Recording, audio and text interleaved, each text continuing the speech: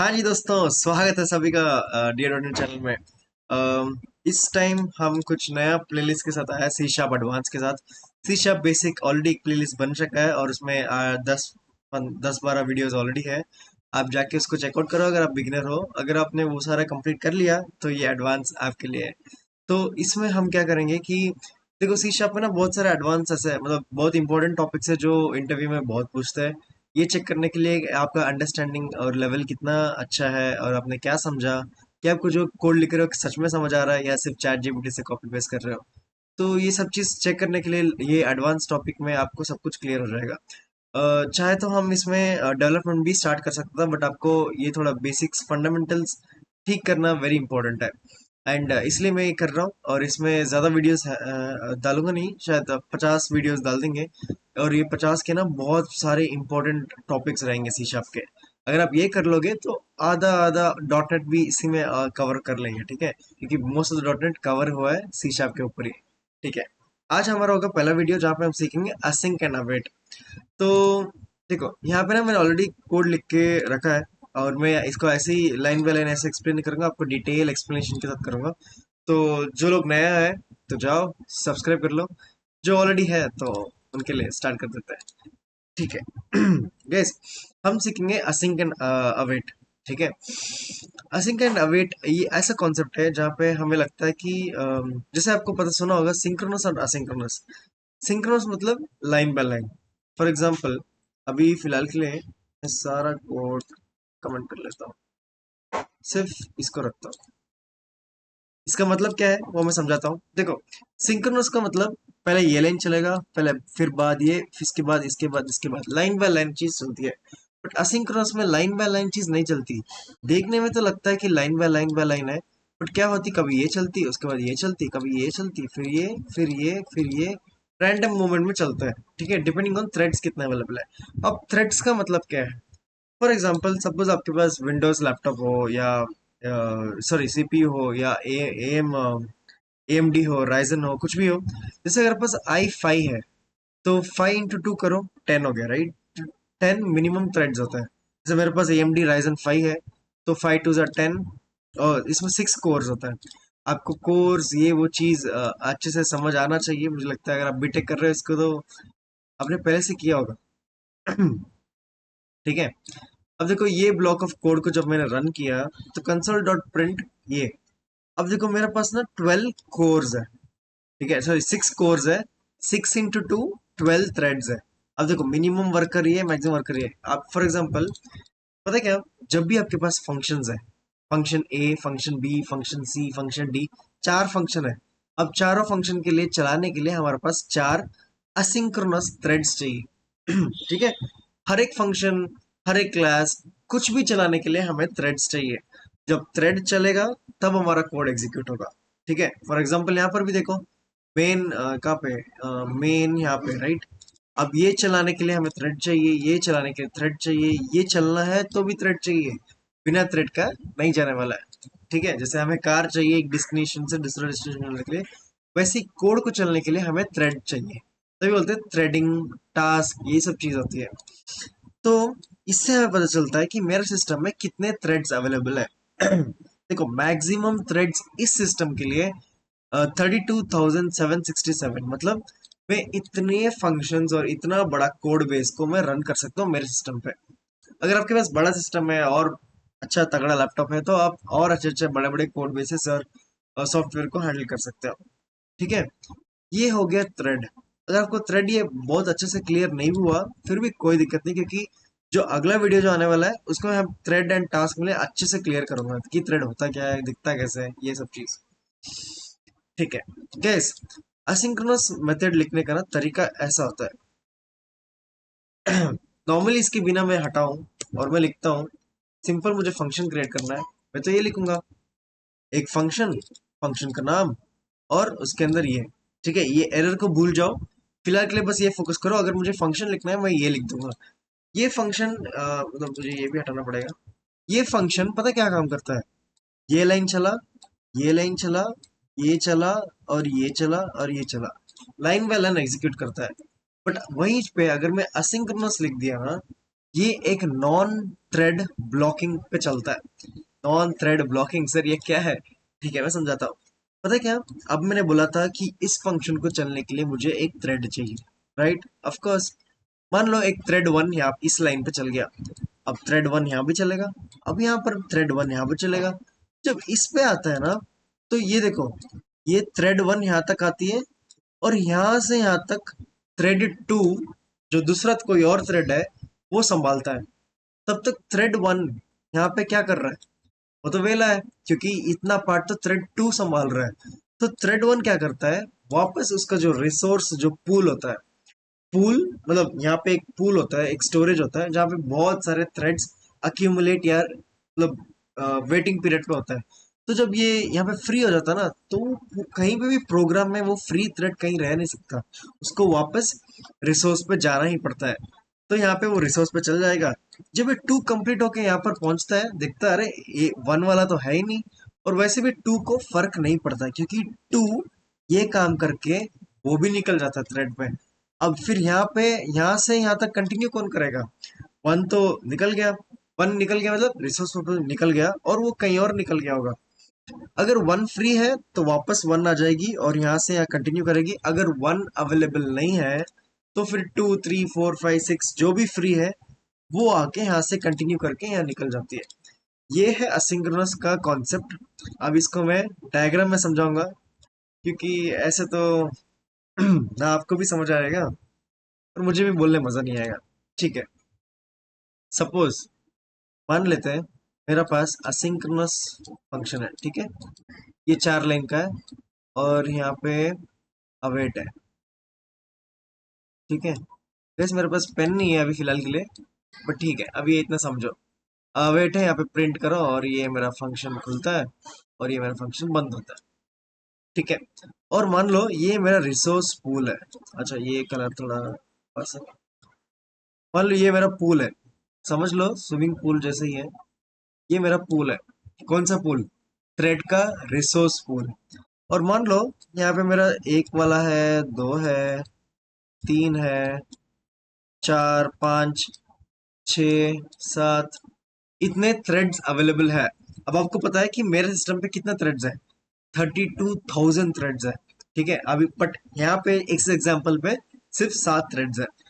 जब मेरा यहाँ पे चलता है, जब इस लाइन चलता है, पहले देखता है कि कौन सा थ्रेड अवेलेबल है, क्योंकि इसको चलाने के लिए हमें कोई ना कोई थ्रेड की जरूरत है। तो ये थ्रेड के पास आता है, बोलता है भाई तू फ्री है? बोलता है हाँ हाँ मैं तो फ्री हूँ, मेरे पास तो कोई काम ही नहीं है। तो फिर यहाँ पे फर्स्ट लाइन एक नंबर थ्रेड से चल जाती है, सेकेंड लाइन भी एक, थर्ड लाइन भी एक। जब फोर्थ लाइन आती है, एक यहाँ पे जब पहुंचता है, ये देखता है भाई ये तो अवेट है।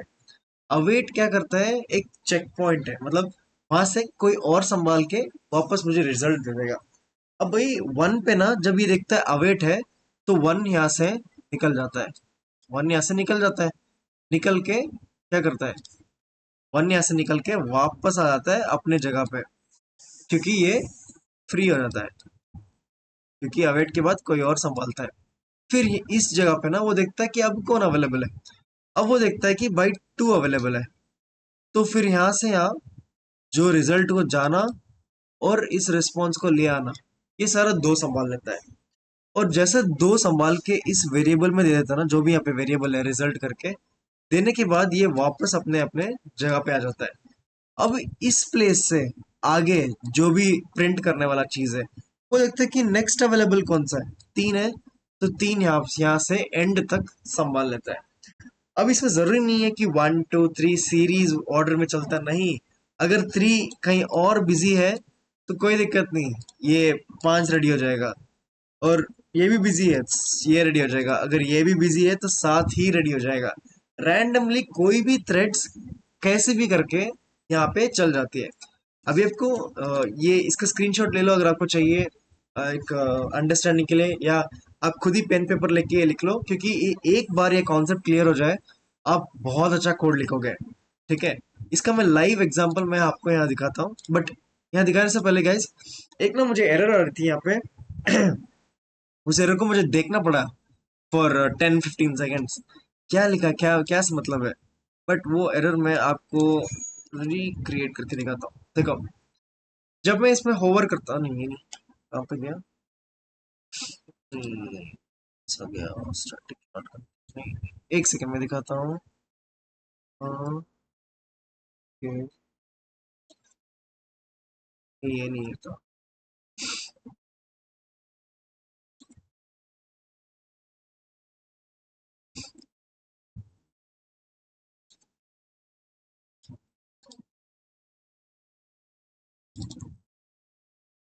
आ, वो गैस मैं रिप्रोड्यूस नहीं कर पा रहा हूँ, ये पता नहीं क्या हो गया।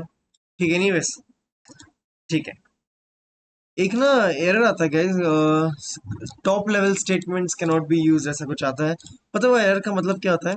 अभी तो आना तो चाहिए था। Okay, okay, okay, got it. ठीक है, मैं दिखाता हूँ।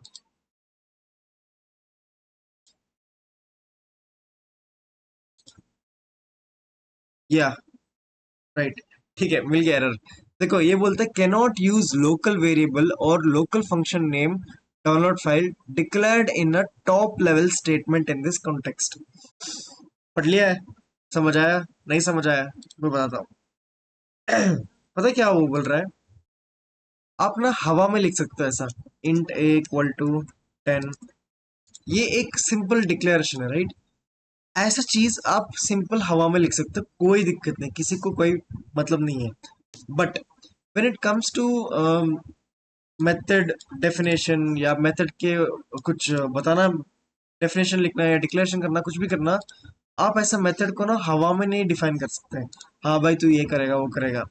वो बोलता है तुम ऐसा हवा में मत लिखो, टॉप लेवल स्टेटमेंट्स। इसका मतलब वो बोलता है जो भी आपको लिखना है वो आपको क्लास के अंदर ही लिखना है। तभी हमने पढ़ा था ऊप्स के इसमें एनकैप्सुलेशन, मतलब चाहे मेथड डिक्लेयर करना या कुछ भी करना है हम क्लास के अंदर करेंगे। ठीक है, क्लास इस कंटेनर जैसा काम करता है, जहाँ पे हम हर एक चीज हम क्लास के अंदर रखेंगे, कोई हवा में नहीं चलेगा। ठीक है, तो इसका मतलब यही है कि हम क्लास के अंदर ये डिक्लेयर करेंगे, और क्लास के अंदर ही मेन होता है, और मेन के अंदर हम इसको कॉल कर रहे हैं।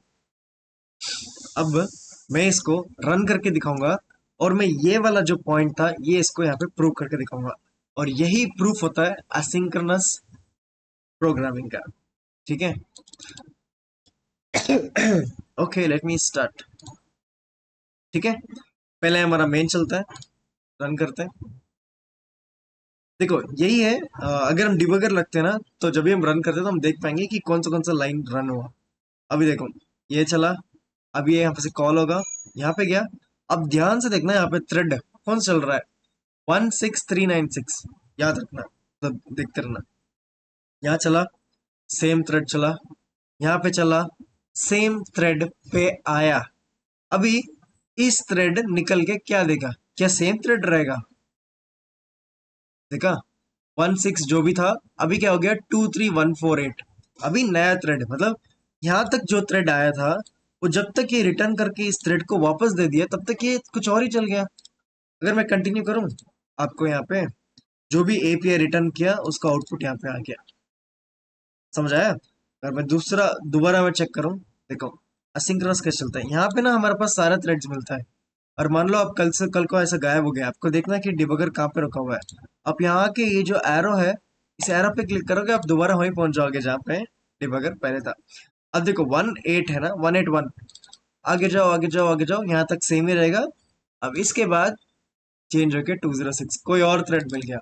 ऐसे ही इस रिसोर्स पूल में देखो, अभी फिलहाल के लिए हमें तो इतना दिख रहा है, बट इस रिसोर्स पूल में इतने हजारों लाखों थ्रेड्स होती है, बड़े बड़े जो सर्वर्स होते हैं ना, उसमें हमें और बड़े बड़े एप्लीकेशन, तभी हम आपने सुना होगा कि लोकल पे चीजें बड़े स्लो चलते हैं। स्लो इसलिए चलते हैं क्योंकि हमारे थ्रेड्स स्लो होते हैं, और इतने सारे फंक्शंस और इतने सारे मेथड्स चल रहे होते हैं।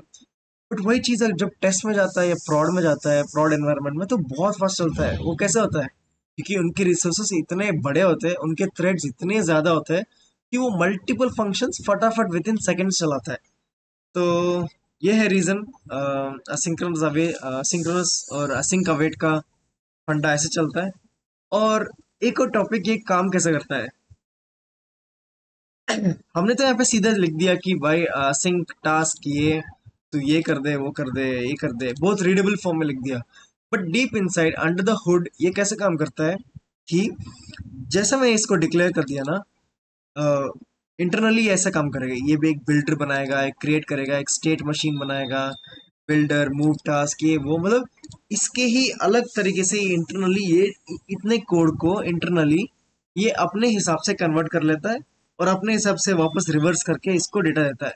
बट हमें ये समझना इतना इम्पोर्टेंट नहीं है अंडर द हुड इतना कैसे काम करता है, अनलेस आप और ज्यादा डीप में जा रहे हो सी शार्प में।